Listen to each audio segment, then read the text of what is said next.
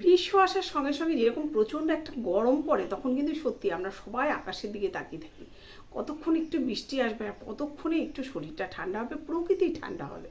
সেই জন্য আমরা বারবার আকাশের দিকে তাকাই, কিন্তু কোথায় মেঘের দেখা তখন আমরা পাই না।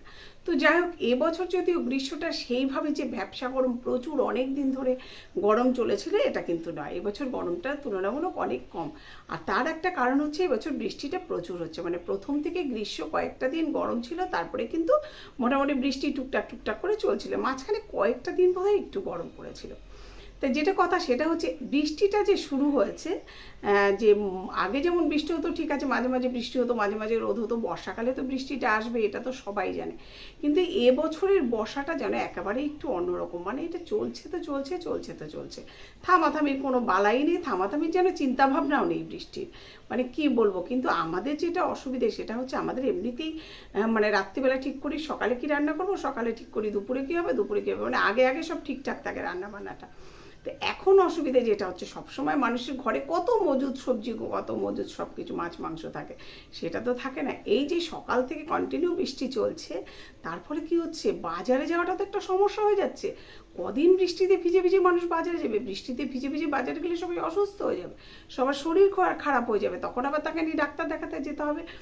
এই বর্ষার মধ্যে ডাক্তার দেখানোটাও খুব মুশকিল, একটা মানুষ ঘরে অসুস্থ হলে খুব মুশকিল। তো যে কারণে বৃষ্টিতেও রোজ ভেজাটা কোনোভাবেই সম্ভব হচ্ছে না। তো এই যে বৃষ্টিটা কিন্তু মোটেও থামছে না।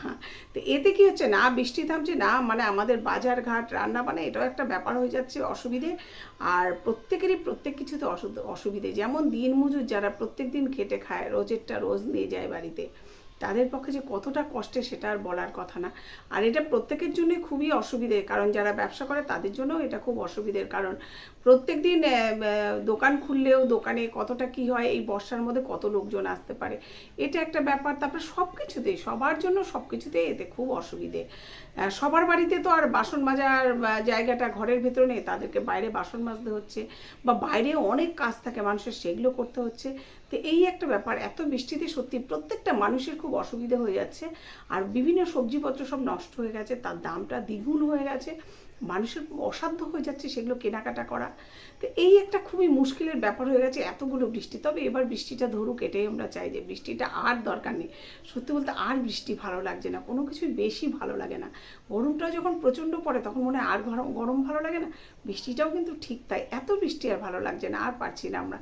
এবার বৃষ্টিটা থামাটা খুব প্রয়োজন। হয় যে সবাই বলে যে যখন যেটা আসে তখন তোমরা চাও না, কিন্তু সত্যি অতিরিক্ত কি কোনো কিছু ভালো লাগে? কোনো কিছু অতিরিক্ত ভালো লাগে, সব কিছুই অল্প অল্প। যেমন খাবারও একসঙ্গে এত খাবার দিয়ে দিলে আমরা কি খেতে পারি? তখন কিন্তু আর ভালো লাগে না, একটু খেয়ে বলি না গো আর খেতে পারছি না। তো এরকম ব্যাপারটাই তাই, কোনো কিছুই বেশি ভালো না। ওই যে একটা কথা আছে না, যে বেশি ভালোও আবার ভালো না, এখন ব্যাপারটা কিন্তু তাই, মানে বেশি বৃষ্টিও আবার ভালো না। এখন বৃষ্টিটা বন্ধ হওয়াটা খুব দরকার।